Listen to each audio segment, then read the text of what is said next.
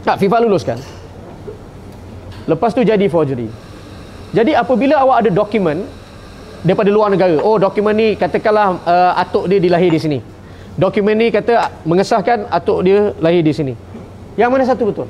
Kita punya tak betul, dia punya betul. Kenapa dia punya kena betul, kita punya tak betul? Dan kalau dokumen kita tak betul, awak pun semua mungkin bukan rakyat Malaysia, awak semua orang Indonesia agaknya. Ya, kalau awak boleh mempersoalkan JPN dengan surat-surat dokumen dia orang, mungkin awak pun semua bukan rakyat Malaysia lah. Kalau benda ni salah, takkan kita berani sampai nak pergi ke KAS. Tapi katakanlah benda ni kita kalah pun, so what? Tak semestinya bola sepak tu mati.